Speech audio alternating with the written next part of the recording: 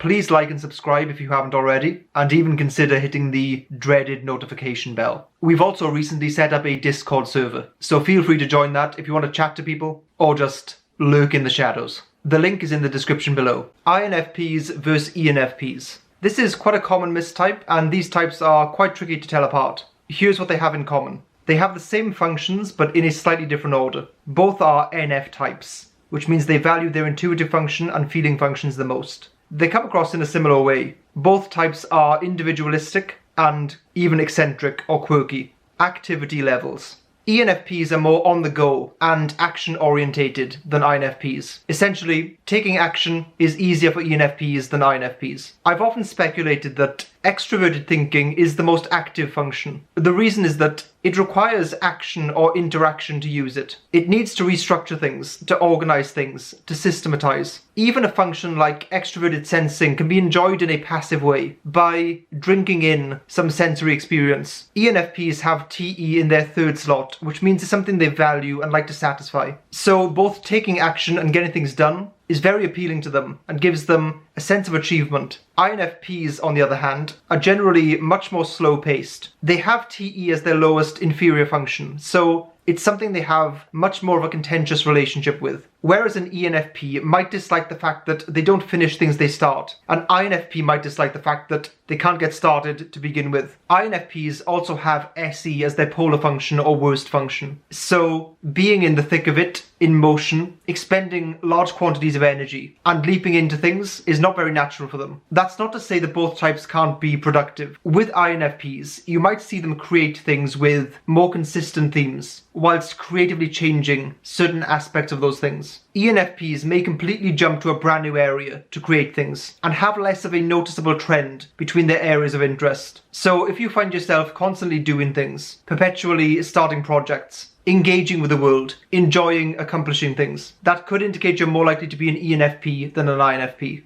Energy levels. The level of activity naturally means they will encounter different reoccurring problems as a result. ENFPs are more likely to feel like they've taken on way too many things and are now overwhelmed with all of the little details they have to contend with. INFPs, on the other hand, are more likely to be overwhelmed by the fact that they've let things accumulate and are experiencing inertia. So there's that contrast again of leaping in versus not getting off the starting block. Taking on too much versus not taking on enough. ENFPs are participators. INFPs are observers. Chaos. ENFPs can become trapped in a cycle of constant exploration where they're seeking out novelty and riding a wave of chaos. As a result, they can lose touch with, well, themselves, such as neglecting their own physical needs, not reflecting on the past and gaining lessons from it, and even, despite having FI in their second slot, not slowing down enough to assess how they feel about a given situation. Their dominant NE can take over and take them on a fun but wild ride. INFPs are rarely going to be a chaos monkey in this sense. They have introverted sensing in their third slot, meaning that it's something they like to satisfy.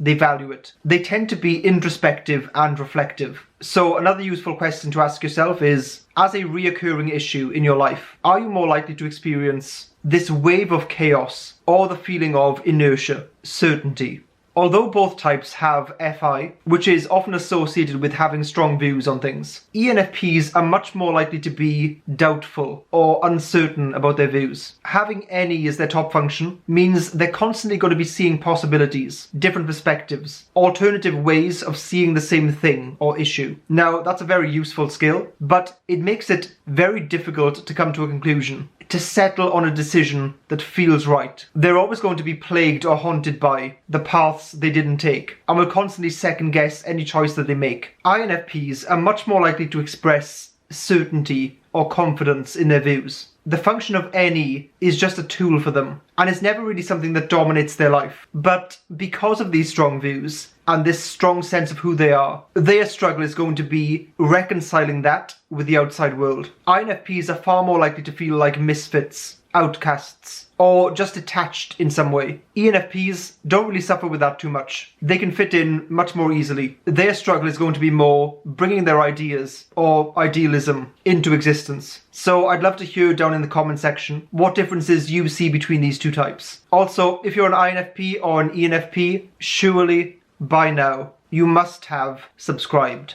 But there is that beautiful and unbearably annoying notification bell. Feel free to click that one too. If you really can't get enough, feel free to visit our website, Patreon and Discord server. All of those links are down below.